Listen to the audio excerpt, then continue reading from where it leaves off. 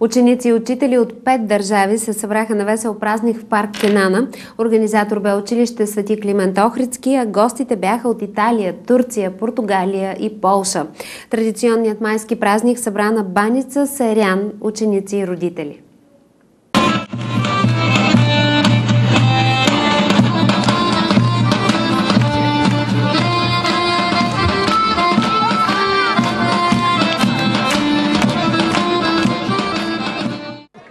Танцов състав Гайтанче, балет Рона, клуб Аеробика Виолена и клуб за танци на народите Фортуните на Мишо са само част от участниците в пъстрия майски празник.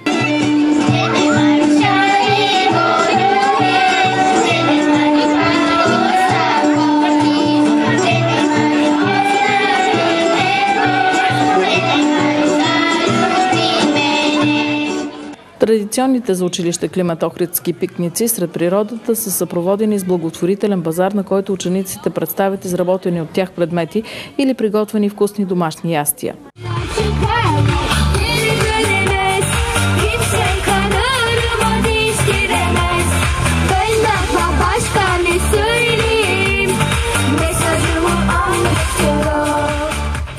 На пъстрото майско хоро на финала се хвана директорът Гинка Райчева, отличена с наградата Неофит Бозвели на Образователното министерство за 2012, Минка Соколова, гостите от Италия, Турция, Португалия и Полша, ученици и родители.